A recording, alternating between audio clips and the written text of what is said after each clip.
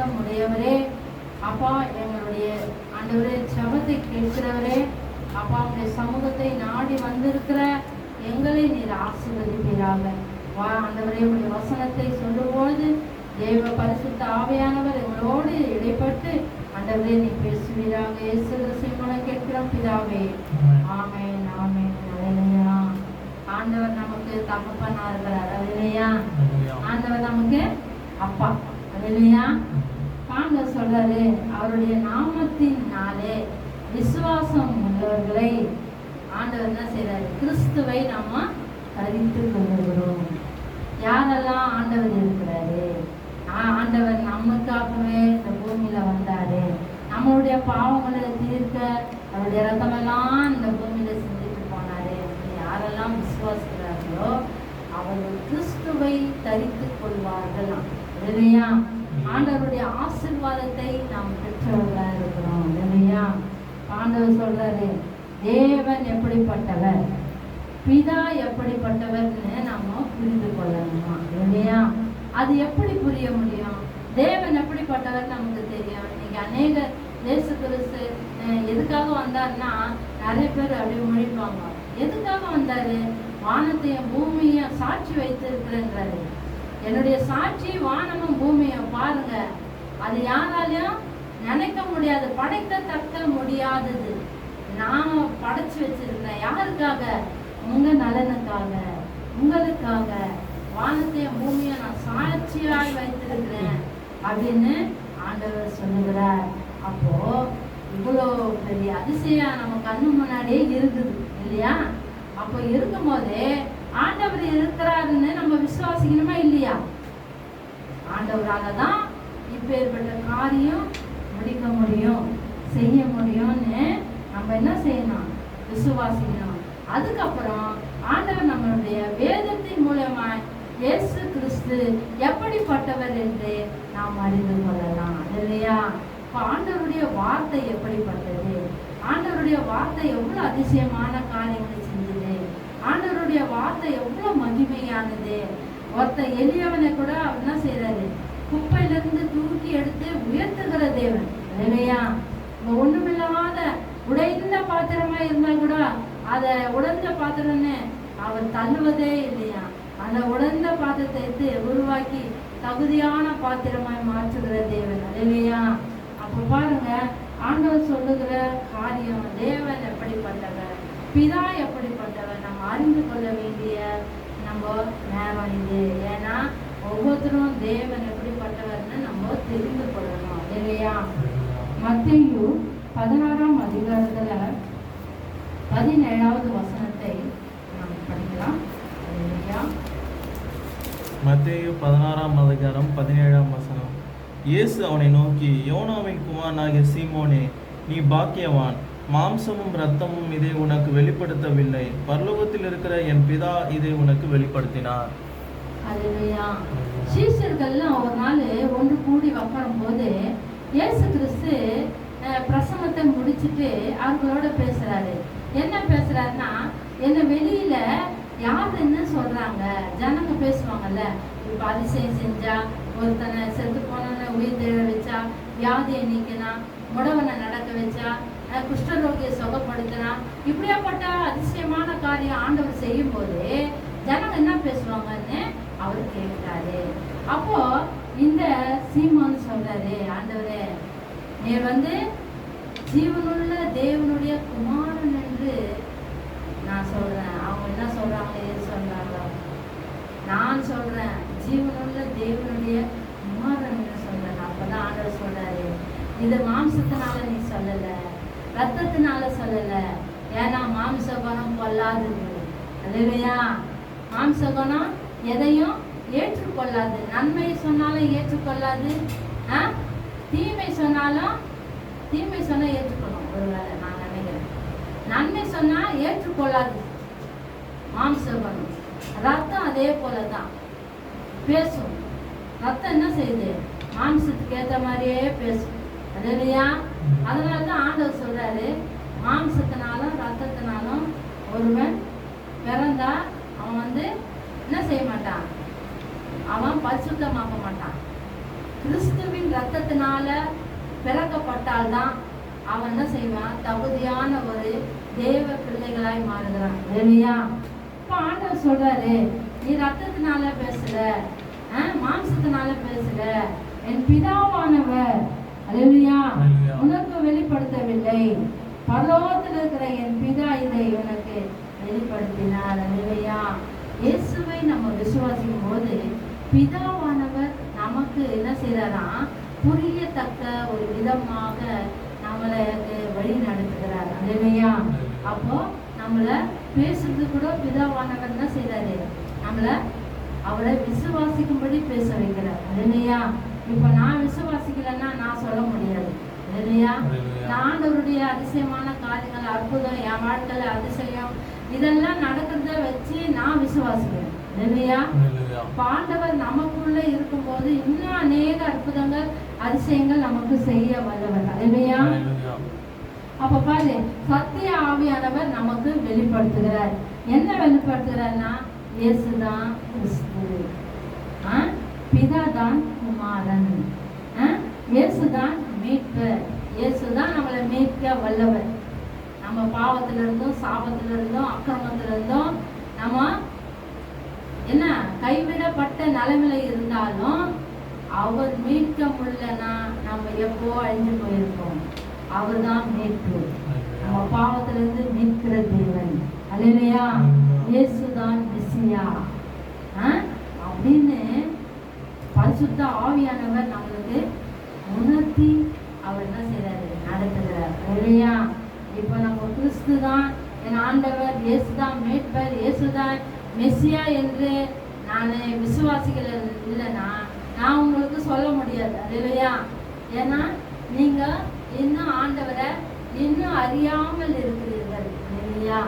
இன்னும் தேவனை அறியாம இருக்கிறீங்க. அதனாலதான் உங்களுடைய வாழ்க்கையில பல கஷ்டம், பல துன்பம், எல்லாத்துக்கும் நீ ஆண்டவரை முன்னாடி வைங்களேன், கர்த்தர் உங்களை அபூர்விதமாய் ஆசீர்வதிக்க வல்லவர். அல்லேலூயா. யோவான் சுவிசேஷம் 16ஆம் அதிகாரம் 27வது வசனத்தை படியுங்கள். 27ஆம் வசனம். நீங்கள் என்னை சிநேகித்து நான் தேவனிடத்தில் புறப்பட்டு வந்தேன் என்று விசுவாசிக்கிறபடியினால் பிதா தாமே உங்களை சிநேகிக்கிறார். யார் சிநேகிக்கிறா? நம்ம ஆண்டவரை சிநேகிக்கும் போது பிதாவானவரை நம்மளை சிநேகிக்கிறாராம். அல்லேலூயா.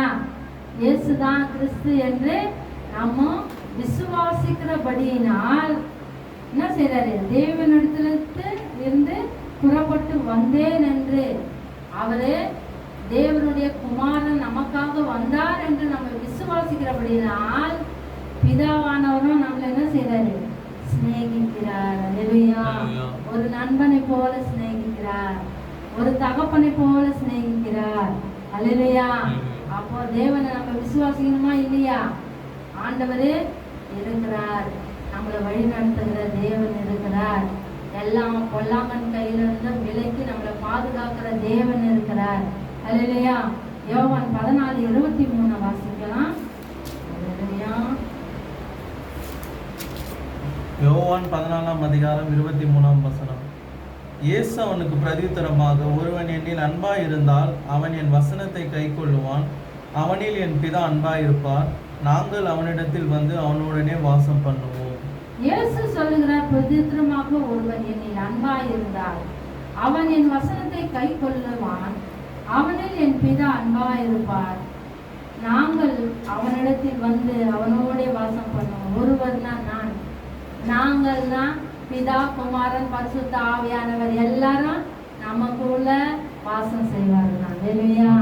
அல்லேலூயா. நாங்கள் அவர்களோடு, என் வசனத்தை கை கொள்ளுகிறவனுக்கு, என் வசனத்தை கை கொள்ளுகிறவன் அவனில் என் பிதா அன்பாய் இருப்பார், நாங்கள் அவனிடத்தில் வந்து அவனோட வாசம் பண்ணுவோம். எவ்வளவு பெரிய ஆச்சரியமான தேவன் பாரு.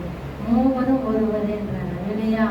இந்த கிறிஸ்து, இயேசு கிறிஸ்துவானவர் நம் உள்ளத்துல இருக்கும்போது எல்லா காரியத்தையும் நம்ம அவர் முன்னாடி வைத்து நம்ம செய்யும் போது ஆண்டவரே அற்புதத்தையும் அதிசயத்தையும் நம்ம வாழ்க்கையில செய்ய அவர் வல்லவராகிறார். இல்லையா?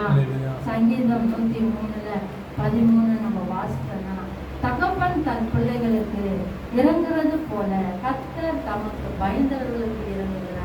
யாரெல்லாம் ஆண்டவர் இருக்கிறார்? ஆலயத்துல ஆண்டவர் சொல்றாரு, என் கண்கள், என் செவிகள், என் இருதயம் இந்த ஆலயத்துக்குள்ள இருக்கிறதுன்னு அவர் சொல்லுகிறார். அல்லேலூயா. யாரெல்லாம் ஆலயத்துல வந்து தேவன் இருக்கிறார், என் குறையை நீக்குவார், என் வேதனையை நீக்குவார், என்னுடைய எல்லா கவலையும் போக்குவார்னு யாரெல்லாம் அவருடைய வசனத்தை தேடி கை கொண்டு விசுவாசிக்கிறவர்களோ அவருக்கு நிச்சயமா எல்லா காரியத்துல இருந்தும் வெற்றி தான். அல்லேலூயா, அல்லேலூயா. எவ்வளவு பாடு வரட்டும், எவ்வளவு துன்பம் வரட்டும், எவ்வளவு வேதனை வரட்டும், அவன் தேவனை விட்டு விலகாம அவன் தேவனை பற்றி கொள்வாங்க. அல்லேலூயா. அப்ப பாருங்க, தேவன் எல்லாத்தையும் விளக்குற ஒரே ஒரு காரியம், பெரிய காரியம் செய்வார். அல்லேலூயா. அதுல எல்லா வருத்தம், வேதனை, துன்பம், துக்கம், துயரம் எல்லாமே நீங்கிடும். இந்த ஒரே ஒரு ஆசீர்வாதத்தால எல்லாம் அவருடைய பாவ கஷ்டங்கள் எல்லாம் நீங்கிடும். நமக்கு பிசாசு கொடுக்கிற கொள்ளாத விதைகள் எல்லாம் ஆண்டவர் அழகா எடுத்து போடுவார். அல்லேலூயா. ஓசியா 11ஆம் அதிகாரத்துல 3:8 நம்ம வாசிக்கலாம். 11:3 வாசிக்கிறேன். நான் எப்ராஹீமை கைப்பிடித்து நடக்க பழகினேன், ஆனாலும் நான் தங்களை குணமாக்குகிறவர் என்று அறியாமல் போனார்கள். இஸ்ரவேல் ஜனங்களை அவர் என்ன செய்யறாரு, தத்தி தத்தி நடக்கும் போதே அவர்கள் கைகளை பிடித்து அவர் நடக்க பழகுகிறாராம். இன்னைக்கு சின்ன பிள்ளைங்க நல்லா ஒரு 8 மாசம் 9 மாசத்துல குழந்தைங்க எப்படி இருக்கும், தத்தி தத்தி நடக்கும் இல்லையா? இப்போ நம்ம எவ்வளவு பெரியவங்களா இருந்தாலும் ஆண்டவர் அறியலைன்னா நீ சின்ன குழந்தை தான். அல்லேலூயா. ஆண்டவர் அறியலைன்னா நீ தத்தி தத்தி நடக்கிற குழந்தை தான்.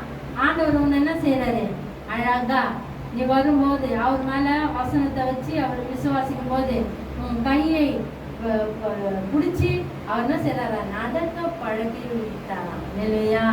இஸ்ரவேல் ஜனங்களை அப்படிதான் பழகினாரு, அப்படிதான் நேசித்தாரு. தகப்பன் எப்படி நேசித்தது போல அவர்களை நேசித்தாரு. ஆனா அவங்க என்ன செய்யறாங்க, ஆண்டவரை மறக்கிறாங்க, அப்பப்போ மறக்கிறாங்க. அதான் சொல்றாரு, நான் தங்களை குணமாக்குகிறவர் என்று அவர்கள் அறியாமல் போனார்கள். எல்லா பாடுகள்லாம் நான் இருக்கிறேன், எல்லா கஷ்டத்துலயும் நான் இருக்கிறேன்னு அவங்க அறியாம போறாங்களே அப்படின்னு அவங்க மனுஷனுடைய சுய ரூபத்தை அப்பப்போ ஆண்டவருக்கு காட்டுறாங்க. ஆனா ஆண்டவர் என்ன செய்யறாரு, எவ்வளவுதான் அவங்க என்ன செஞ்சாங்க, வெறுப்பு ஏற்றி ஆண்டவர் செய்கிற எல்லா நன்மையும் குற்றமும் குறையுமா சொல்லிக்கின்னு அவங்க இருந்ததுனாலதான் அவங்க சீக்கிரமாய் கானான் தேசத்துக்கு போக முடியாத தடைகள் வந்துச்சு. ஆண்டவர் செய்வார் என்ற ஒரு நம்பிக்கை அவங்க இடத்துல இல்லாம போச்சு. ஆண்டவர் குணமாக்குவார் என்ற அவங்க நம்பிக்கை இல்லாத போச்சு. ஆண்டவர் அதைதான் சொல்றாரு, நான் எப்ராஹீமே நீ கைப்பிடித்து நடக்க பழக்கினேன், ஆனாலும் நான் தங்களை குணமாக்குவார் என்று அறியாமல் போனார்கள். ஆண்டவர் இருக்கிறேன்னு அறியாம போறாங்க, ஆண்டவர் என்னை சுகப்படுத்துவார்னு அறியாம போறாங்க, அநேக என் கஷ்டத்தை அவர் நீக்குவார்னு அறியாம இருக்கிறாங்க, இன்னைக்கும் இருக்கிறாங்க. அல்லேலூயா. 8வது வசனத்தை நம்ம வாசிக்கலாம். அல்லேலூயா. ஓசியா 11:8.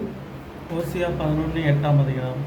எப்ராஹீமே, நான் உன்னை எப்படி கைவிடுவேன்? இஸ்ரவேலே, நான் உன்னை எப்படி ஒப்புக் கொடுப்பேன்? நான் உன்னை எப்படி ஆத்மாவை போலாக்குவேன்? உன்னை எப்படி செபேயுமை போல வைப்பேன்? என் இருதயம் எனக்குள் குழம்புகிறது, என் பரிதாபங்கள் ஏகமாய் பொங்குகிறது. ஆண்டவர் சொல்றாரு, இவ்வளோ நீ தப்புதல் செஞ்சா கூட நான் உன்னை எப்படி மறுப்பேன்? ஆண்டவர் சொல்றாரு, இஸ்ரவேல் ஜனங்களே, நீங்க நான் பெற்ற பிள்ளைகள், நீங்க சின்ன சின்ன தவறுகள் மனுஷனா இருந்து தவறுகள் செய்யும் போது உன்னை நான் கைவிடுவேனா, உன்னை நான் வெறுப்பனா? நீ நான் பெற்ற பிள்ளைகள்னு அவர் சொல்றாரு. இஸ்ரவேலை, நான் உன்னை எப்படி அந்நியர் கையில ஒப்பு கொடுப்பேன்? பிசாசு கையில எப்படி ஒப்பு கொடுப்பேன்? நீ ஏன் பிள்ளையாச்சே, நான் உன்னை ஆசீர்வதிக்கவே எனக்கு பிரியமாச்சே. இஸ்ரவேலை ஆசீர்வதிப்பதே எனது பிரியன்னு சொன்னீரே, அப்போ அந்நியர் கையில எப்படி நான் உன்னை ஒப்பு கொடுப்பேன் அப்படின்னு அவர் என்ன செய்யறாராம். அவர் என் இதயம் எனக்குள்ள குழம்புகிறது, என் பரிதாபங்கள் ஏகமாய் போகிறது. உன்னை நினைச்சு எனக்கு மனசு பொங்குது, நான் உனக்கு நன்மையை செய்யணும், உனக்கு நன்மையான அதிசயங்களை செய்யணும் அப்படின்னு நான் நினைக்கிறேன்.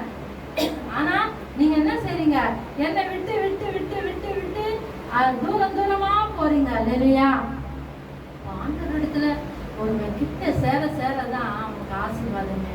எத்தனை பேருக்கு நான் ஜெபித்தேன், எத்தனை பேருக்கு நான் எல்லாம் ஆண்டவருடைய வார்த்தைய ஒவ்வொரு வெள்ளிக்கிழமையும் சொல்றேன், ஒவ்வொரு ஞாயிற்றுக்கிழமையும் சொல்றேன், ஒவ்வொரு ஞாயிற்றுக்கிழமை சாயங்காலம் சொல்றேன். ஆனா ஜனங்க ஆண்டவரை விசுவாசிக்கல, ஆண்டவரை தேடி ஓடி வர மாட்டாங்க. ஏன்? அவர் மேல அவங்களுக்கு விசுவாசம் இல்லை. அப்ப எப்படி ஆண்டவர் அதிசயங்கள் உன் வாழ்க்கையில செய்வாரு? செய்ய மாட்டாரு. நீ தேடி ஓடி வரும்போதுதான் அவர் உனக்கு செய்வாரு. அவர் சொல்றத பாருங்க. எப்ராஹிமே, நான் எப்படி கைவிடுவேன்? இஸ்ரவேலே, நான் உன்னை எப்படி ஒப்பு கொடுப்பேன்? பல சங்கடங்கள் இருக்குது மனுஷன் வாழ்க்கையில, நித்தமும் பொல்லாதது வருது. அப்ப அந்த சங்கடத்துல உன்னை நான் காப்பாத்துவேன். நீ என்னை தேடு. இஸ்ரவேலை நான் உன்னை எப்படி மறப்பேன்? உன்னை ஒப்பு கொடுப்பேன்றாரு. அல்லேலூயா. ஆண்டவருடைய வார்த்தை நம்மளுக்கு விடுதலை தருகிறது, எல்லா காரியத்திலும் விடுதலை தருகிறது. அல்லேலூயா. லூக்கா சுவிசேஷத்துல 15வது அதிகாரத்துல 20வது வசனமும் 19வது வசனமும் 20, 21 வாசத்தை நாம் லூக்கா 15ஆம் அதிகாரம் 19ஆம் வசனம். இனிமேல் உம்முடைய குமாரன் என்று சொல்லப்படுவதற்கு நான் பாத்திரன் அல்ல, உம்முடைய கூலிக்காரர்களில் ஒருவனாக என்னை வைத்துக் கொள்ளும் என்பேன் என்று சொல்லி 20ஆம் வசனம். எழுந்து புறப்பட்டு தன் தகப்பனிடத்தில் வந்தான். அவன் தூரத்தில் வரும்போதே அவனுடைய தகப்பன் அவனை கண்டு மனதுருகி ஓடி அவனை கழுத்தை கட்டி கொண்டு அவனை முத்தம் செய்தான். அல்லேலூயா. இப்போ ஒரு ஐஸ்வர்யவான் இருந்தான், நல்ல பெரிய பணக்காரவர். அவருக்கு 2 மகன். என்னது? 2 மகன். இன்னும் 2 மகன்ல 2வது மகன் என்ன செய்யறான்? எப்பா, நான் சந்தோஷமா வாழணும், ஃப்ரெண்ட்ஸுங்களோட போகணும், வரணும், என் சொத்தை நீ பாதியா பிரிச்சு கொடு அப்படின்னு கேட்டு அவன் என்ன செய்யறான்? தன்னுடைய ஃப்ரெண்ட்ஸுங்களோட போகும்போது ராஜா மாதிரி போனான். இல்லையா? ராஜா மாதிரி அவன் போனான். அங்க போய் பணம் செலவழிஞ்சு நண்பர்கள் விட்டு போனாங்க. அவன் தன்னந்தனிமையா இருந்தான். இல்லையா? தன்னந்தனிமையா இருந்தான். இப்போ அந்த தகப்பன் என்ன செய்யறாரு? அவரு சொத்துக்களை பிரித்து கொடுக்கும் போது வேதனையோட கொடுத்துருப்பாரு. இல்லையா? என் புள்ள ஒண்ணு பிரிஞ்சு போத, என் புள்ள என் கூட சேர்ந்து இருக்காதா அப்படின்னு வேதனையோட தான் அவர் கொடுத்துருப்பாரு. இல்லையா? ஆனா தன் மகன் என்ன செய்யறான்? தகப்பனை மறந்து அவன் என்ன செய்யறான்? தூர தேசத்துக்கு போனான். அங்க போய் பணம் இருக்கிற வரைக்கும் தானே நண்பர்கள்லாம் இருப்பாங்க.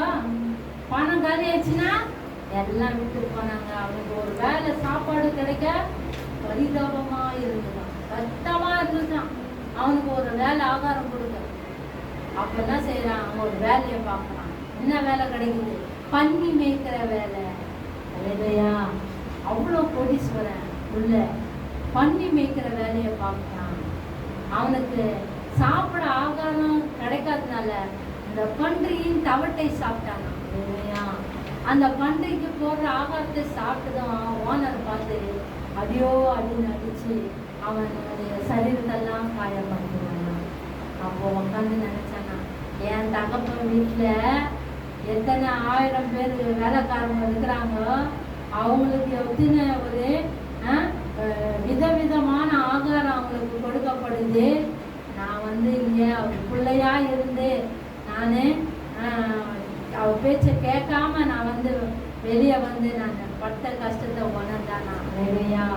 அப்ப சொல்றானா, நானே அவர்கிட்ட போய் மன்னிப்பு கேட்டு, எப்பா நான் உன் பிள்ளையா இருக்க வரல, ஒரு வேலைக்காரனா என்ன நினைச்சுக்கப்பான்ட்டு நான் கேட்க போறேன் அப்படின்னு மனசுல நினைச்சுன்னு அவன் வர. நான் தகப்பனை தேடி தகப்பன் வாசல் இருந்து பாக்குறாரு. நீ எந்த நிலைமையில போனாலும், நீ ராஜா மாதிரி போன, இப்போ கிழிந்த ஆடை, அவனோட உடம்பெல்லாம் அழுத்து, அவனுக்கு எதுவுமே இல்லை, வஸ்திரமும் நல்லா இல்லை, ஒண்ணுமே நல்லா இல்லை. ஆனாலும் தன்னுடைய மகன் வருகிறதே அவர் கண்டு கொண்டாராம்.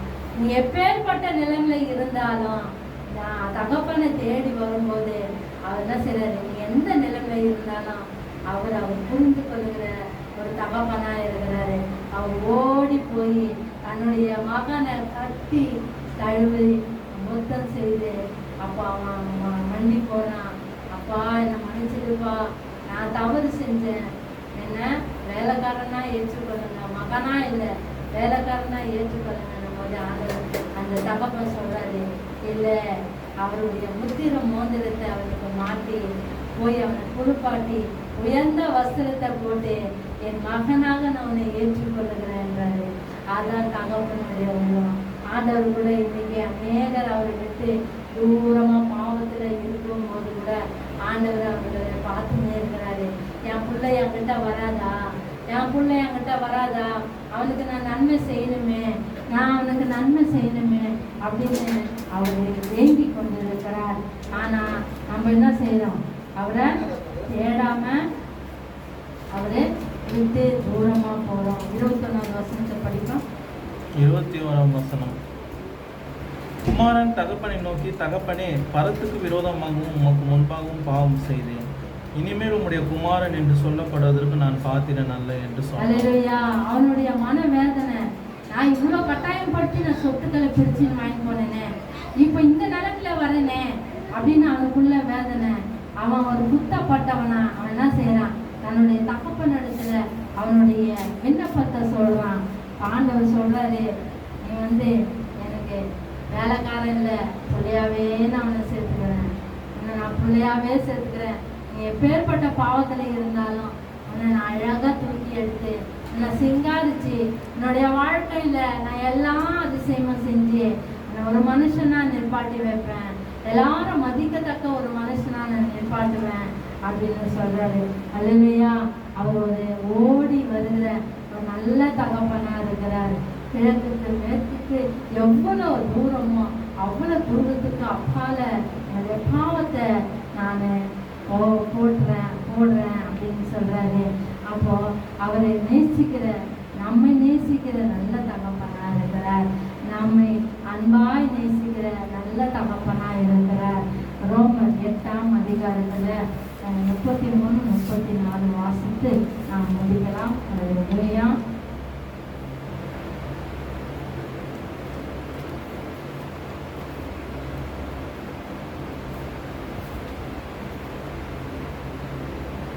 ரோமர் 8ஆம் அதிகாரம் 33, 33ஆம் வசனம். தேவன் தெரிந்து கொண்டவர்கள் மேல் குற்றம் சாட்டுகிறவன் யார்? தேவனே அவர்களை நீதிமானாக்குகிறார். அல்லேலூயா. ஒருவன் நீ பாவி என்று சொல்லனா ஆண்டவர் சொல்றாரு, நீ யார் பாவின்னு சொல்றதுக்கு, நீ யார் கெட்டவன்னு சொல்றதுக்கு, நீ யார்? யாரெல்லாம் தேவனை நோக்கி வருகிறார்களோ அவர்கள் எல்லாம் நீதிமானாய் மாற்றுகிறது. அல்லேலூயா. யாரெல்லாம் ஆண்டவர் பக்கம் இருக்கிறாங்களோ அவங்களெல்லாம், நீ ஃபர்ஸ்ட் நீ ரவுடியா இருந்திருக்கலாம், திருடனா இருந்திருக்கலாம், கொலைக்காரனா இருந்திருக்கலாம், மோசமான ஆளா இருந்திருக்கலாம். ஆனா ஆண்டவருக்குள்ள வரும்போது தேவன் நீதிமனாய் மாற்றுகிறார். அல்லேலூயா. தேவன் நல்ல ஒரு மகனாய் மாற்றுகிறார், நல்ல ஒரு மகளாய் மாற்றுகிறார். அடுத்த வசனத்தை படிக்கலாம். 34ஆம் வசனம். ஆக்கினைக்குள்ளாக்க தீர்க்கிறவன் யார்? கிறிஸ்துவே மரித்தார், அவரே எழுந்தும் இருக்கிறவர், அவரே தேவனுடைய வலது பரசத்தில் இருக்கிறவர், நமக்காக வேண்டுதல் செய்கிறவர் அவரே. அல்லேலூயா. ஆக்கினைக்குள்ளாக தீர்ப்பவர் யார்? யார் உங்களுக்கு தண்டனை கொடுக்குறவங்க? நான் தான் தண்டனை கொடுப்பேன், என் பிள்ளைங்களுக்கு யாரும் கொடுக்க முடியாது. அப்போ அவர் என்ன செய்யறாரு, அவங்களுக்காகவே தான் நான் மறித்தேன், என் ரத்தத்தெல்லாம் அவங்களுக்காக தான் நான் கொடுத்தேன். அவரே தேவனுடைய வலது பரிசத்தில் இருக்கிறவர், நமக்காக நித்தமும் பிதாவின் இடத்துல வேண்டுதல் செய்கிறாரு. எப்பா இந்த மரத்தை வெட்டாத, இந்த மரத்துக்கு நானே நிறைய எரு போடுறேன், கனி கொடுக்கலன்னு வெட்டாதப்பா, இந்த மரத்துக்கு நானே நல்லா எரு போடுறேன், நல்லா மண்ணெல்லாம் தூவி அதை வெட்டி அதை பதம் பார்த்து கண்ணுக்கு கண்ணா வச்சு அதுக்கு தண்ணி ஊற்றி எல்லாம் உரத்தையும் போட்டு நான் வளர்க்குறேன். இந்த வருஷம் அது கனி கொடுக்கலன்னா அடுத்த வருஷம் அது கனி கொடுக்கும்படி நம்ம பார்க்கலாம், கனி கொடுக்கலன்னா வெட்டலாம் அப்படின்னு நம்மளுக்காக பரிந்து பேசுகிறவன் ஒருவன் தேவனுக்குள்ள வந்தா அவன் கனி கொடுக்கிற ஒரு மரமாய் மாறுகிறான். இல்லையா? அவன் கண்களை மூடி செவிப்போம். இயேசுவே உங்களுக்கு ஸ்தோத்திரிக்கிற தகப்பனே, ஆண்டவரே நல்ல தகப்பனா இருந்து ஆண்டவரே அன்பு எங்களை நேசிக்கிற நல்ல ஒரு தகப்பன். ஆண்டவரே, நாங்கள் எவ்வளவுதான் ஆண்டவரே பாவம் செய்தாலும் ஆண்டவரே எங்களை மற்றவர்களுக்கு ஒப்பு கொடுக்காத ஒரு தேவனப்பா. ஆண்டவரே, எங்களுடைய பிள்ளைகளை கைப்பிடித்து பழக்கினேன்னு சொன்ன தேவனப்பா. உண்மை நாங்கள் நினைக்கிறோம் தகப்பனே, உங்களுக்கு நல்ல தகப்பன் நீர் உண்டுப்பா. எங்களுடைய எல்லாவற்றையும் ஆண்டவரே நீர் அப்பா கண்காணித்து ஆண்டவரே அப்பா அம்மாவுக்கு ஸ்தோத்தரிக்கிறோம். விழி மேல விழி போட்டு ஆண்டவரே எங்களை கவனித்து எங்கள் தேவைகளை சந்திக்கிற தேவன் தகப்பனே. எங்கள் பிள்ளைகளுக்கு அதன் காலத்தில் ஏற்றதாய் நன்மையாய் செய்கிற தேவன் அப்பா. அப்பா ஆண்டவரே, கேட்டுக்கொண்டிருக்கிற ஒவ்வொருத்தரையும் நீங்கள் விட்டு ஆசீர்வதிப்பீராக. ஆண்டவரே இசப்பா, யாரெல்லாம் ஆண்டவரே கஷ்டப்படுகிறார்களோ மன துயரத்தில் இருக்கிறார்களோ அவர்கள் எல்லாம் நீ சந்திச்சு பிள்ளையாய் மாற உதவி செய்ய இந்த கரத்தில் ஒப்பு கொடுக்கிறோம். ஆசீர்வதிங்க. இயேசு கிறிஸ்துவை கேட்கிறோம் பிதாவே. ஆமென் ஆமென். ஆத்துமாவே கர்த்தரை ஸ்தோத்திரி. எல்லாம் சேர்ந்து சொல்லுவோம். உள்ளமே ஆத்துமாவே கர்த்தரை ஸ்தோத்திரி. அவர் செய்த சகல உபகாரங்களையும் ஆமென் ஆமென்.